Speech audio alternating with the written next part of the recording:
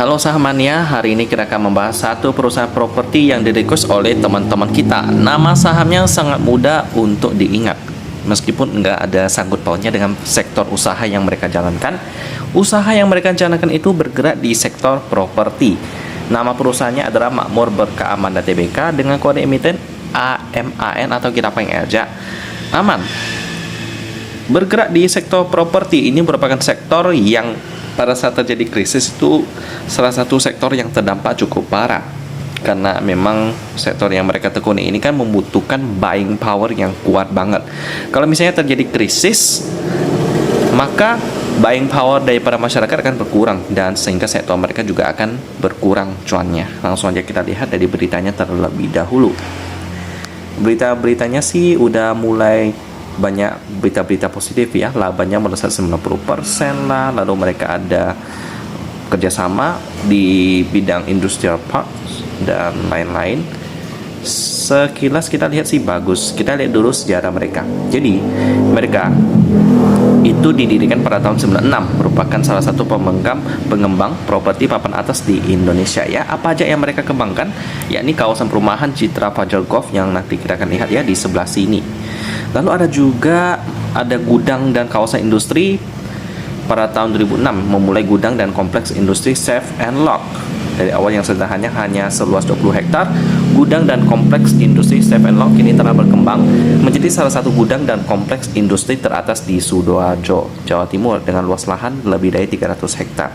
Dan bukan hanya itu juga, mereka juga ada bergerak di bidang perhotelan ya. Nah, di sini ya 2016 ditandai dengan penandatanganan MOU ya, yaitu of understanding, memorandum of understanding, kayak semacam komitmen kerjasama antara PT Mbah dan Marriott International, sebelumnya Starwood, sebuah perusahaan manajemen perhotelan terkemuka di dunia, mendirikan Element by Westin Bali di Ubud.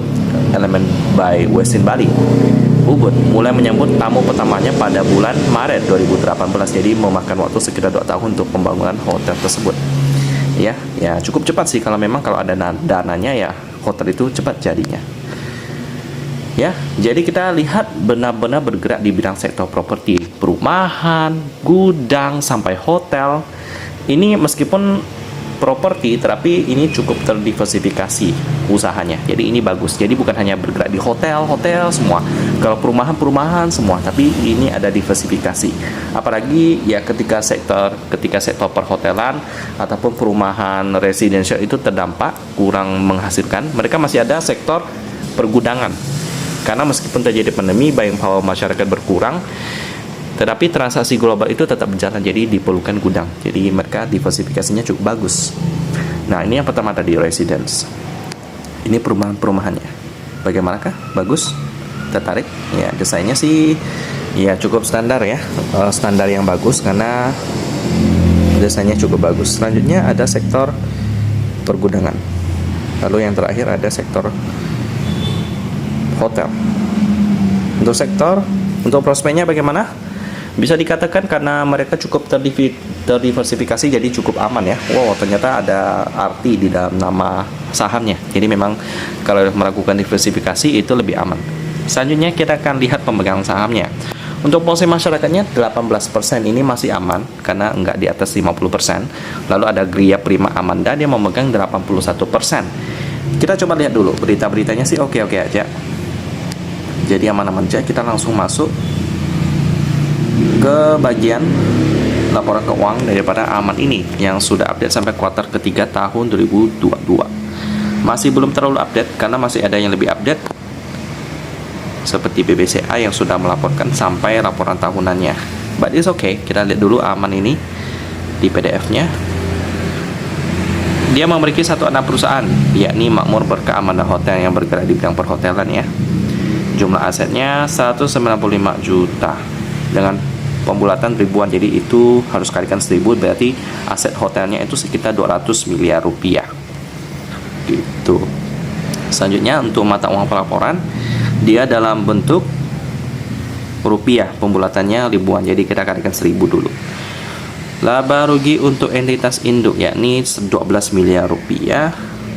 Kita coba lihat. Yep, dengan per 183 kali ini udah cukup mahal ya.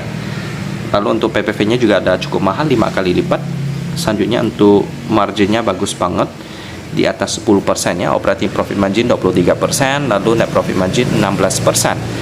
Cuman return on equity-nya cuma 2%-an. Ini mungkin karena salesnya yang agak kurang ya.